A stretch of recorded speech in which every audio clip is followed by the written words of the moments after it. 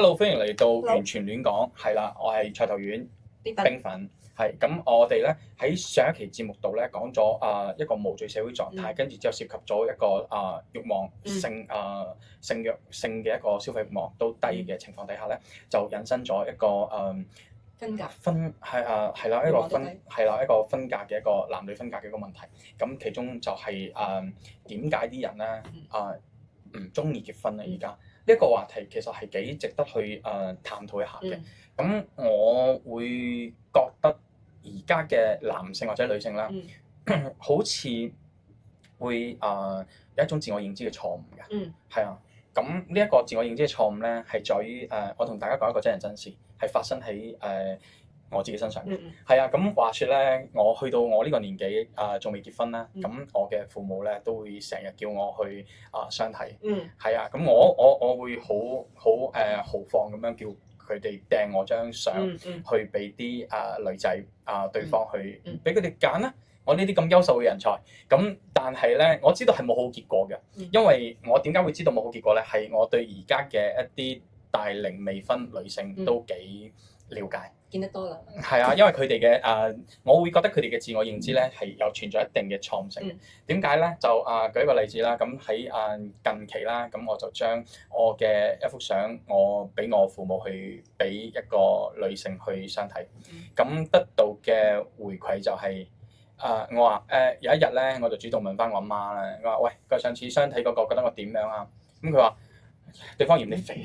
我話你睇嗱，又再一次俾機會人哋侮辱你個仔啦，真係，即係呢啲就叫做自取其辱啦。佢優秀先對方。呢個就係我問題啦。我點解會覺得佢哋自我認知錯誤咧？係佢你肥好正常啫。係啊，但係你知唔知對方接近肥肥啦咁樣嘅，即係一個狀態。佢掉出嚟嘅相係幾分？我唔評價人哋對方啦，但係就雖然就肥咯，即係就係我俾一個肥嘅人，甚至係肥過我嘅人話我肥，咁我唔忍得，我唔理忍，我都忍唔到，唔理忍唔忍得啦，忍唔忍得啦，即係反正呢一個自我認知咧係一個就你社會上面其實有一個名詞叫做普信男。其實普信男，我覺得呢個名詞咧都唔應該淨係針對於男性，係啊，係泛泛皆是嘅，係啊，呢個喺呢個社會上面，普信男或者女都係泛泛皆是。講緊呢樣嘢就係大家嘅自我認知真係有一個錯誤嘅偏差喺度。會係突然間出現嗰種自我認知嘅偏差係嘛？你覺得係咪呢幾年出現嘅？會係呢幾年出現啦，因為每個人都個性發強咗啊。跟住之後自信咗啦，咁因為社會環境好咗，當然就會自信啦。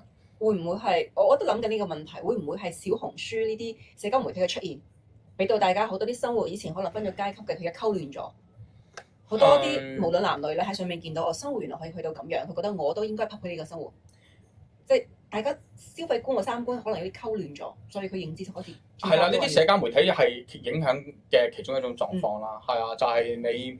同埋社交媒體上面，你哋好多時都唔一定係女人，男人好多時都通過 P 圖，即係亞洲四大妖術之一。咁咪即係都會喺呢一個情況上面顯現咗出嚟咯。就係我已經相信我就係美圖秀秀呢個樣，我唔相信我鏡子裏邊嘅樣。係啦，可能就係同埋你通過大量嘅係啦，同埋通過大量嘅社交媒體上面嘅一個造假咧，即係你潛移默化咁都會影響咗自己，令到自己對自己莫名地自信啦。因為我哋以前咧講緊我哋嘅自信或者係自我認知咧，都係嚟自於他人嘅評價之後，我自己感知到再嚟揀除咗個水分，知道人哋都有啲可能加多啲水分，我揀即係加多兩分。即係例如你由細到大俾人哋讚靚女，跟住之後俾人哋話你大波妹咁樣，你個自我認知就會知道我係一個即係人哋話我8分，可能我自我認知6分咯。人哋可能有啲誇大嘅成分，但係多時我知道自己唔係醜樣先啦。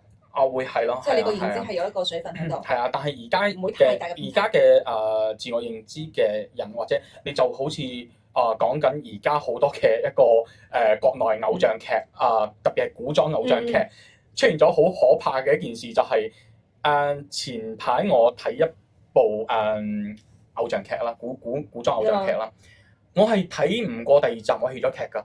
個原因係我咁大個仔以嚟未係因為一個男主角衫太即係佢嘅古裝扮相太樣衰，跟住之後我棄咗。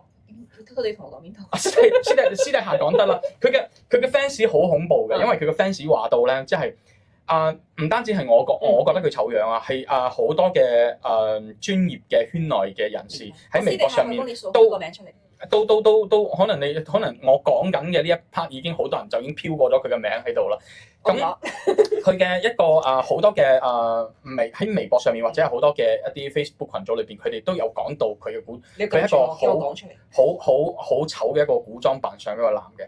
但係佢啲 fans 咧，我就講緊呢部劇嗰個啦。咁佢嘅 fans 係點樣咧？佢嘅 fans 係直接話喂，你嗰個審美有問題啊！佢呢種扮相好明顯就係古代梟雄啊，或者係咩嗰啲咁嘅扮相，即係佢哋好容易係可以自圓其説嘅喎，真係即係自己安慰咗自己，或者係自己誤導自己。古偶嗰啲已經係 P 得好嚴重嘅古偶，要醜樣都唔容易㗎。啲女嘅唔係佢啲五官係 P 唔到嘅，因為係啊，佢個五官佢嗰個面相係 P 唔到嘅。佢真係喺如果佢做現代偶像劇咧，其實佢嘅扮相都 OK 嘅，即係佢樣五官係靚仔嘅，但係佢真係唔適合做古裝嘅扮相。即係標誌啲好睇。係啊，咁離咗題添。咁講呢樣嘢嘅時候咧，就係講緊啲人嘅自我認知啦，係一個對五官啊外貌或者點樣咧，會有一個甚至乎自己嘅能力各方面有好大嘅自我認知嘅一個錯誤。咁另外一樣嘢，我覺得會令到冇辦法可以完成而家嘅一個分隔嘅使命啦。雖然人生裏邊婚姻唔係一個必然需要進行到嘅環節，就好似我咁，我係一個不分選擇，係啊，我係一個不分主義嘅人。但係我覺得相對地都係一種在人類嘅一種婚姻結合啊、男女結合啊，係一種使命感喺度啦。但係冇辦法，即係去到而家呢個社會狀態，冇辦法去完成呢件事嘅。仲有一個原因係對。啱先係對自我嘅認知錯誤，另外一個就係對他人嘅認知錯誤，就係好多時候嘅男女都會有自己嘅一個幻想標準，跟住之後去架構喺佢對其他人嘅自我認知裏邊，會產生咗一種錯誤嘅觀感。我舉一個例子啦，唔係好恰當嘅，但係會係其中相對匹配嘅例子，就係有好多嘅女仔咧，食過咗好嘢，就食唔到差嘢，所以咧係搞到佢哋冇辦法去揾到一個啱嘅對象去結婚。你應該好多 case 喺你身邊。係啊，例如有一個女仔啦，咁佢當然呢一個係發生喺我身邊嘅女性朋友嘅身上，同時亦都係網絡上面嘅段子嚟嘅，咁啱得咁巧，證明咗呢個世界比比皆是，都係而家出現咗呢啲咁嘅。唔係個例嚟嘅。係啊，唔係個例嚟嘅。咁係乜嘢咧？就係我身邊一個女仔啦。佢嘅初戀男朋友係一間上市公司嘅太子爺，咁揸賓利嘅，咁佢同呢個初戀男朋友拍咗拖，大學期間拍拖啦，拍咗3年之後咧就分咗手，咁分咗手之後佢就揾唔翻，就再都一路單身住，起點太高啦，係啦，一路單身住啦，咁呢個就係對他人嘅一個認知錯誤啦，就係佢會認為咧佢呢個世界性覺得係必然係冇錯啦，覺得呢個世界一定會再嚟，係啦，覺得我就係匹配呢樣嘢。冇錯，覺得同埋覺得呢個世界係有好多嘅呢一種男性存在。其實講緊中國中國有揸賓利嘅人，啱好之前撞正咗一個，咁跟住之後你而家要再撞多一個，呢個機率真係同中六合彩其實差唔多嘅。差唔多。係啊，所以呢個對他人嘅認知錯誤都係其中一環，令到我會覺得咁樣會令到冇辦法可以好好咁樣進行戀愛啊、婚姻啊各方面嗰啲。今期咧就好似我講晒咁樣，或者我哋揾一日揾一個嘉賓朋友，或者係你繼續喺你嘅角度裏邊嚟探討呢一樣嘢。哇！喺關於男女話題上面嘅嘢，真係有太多可以分享探討。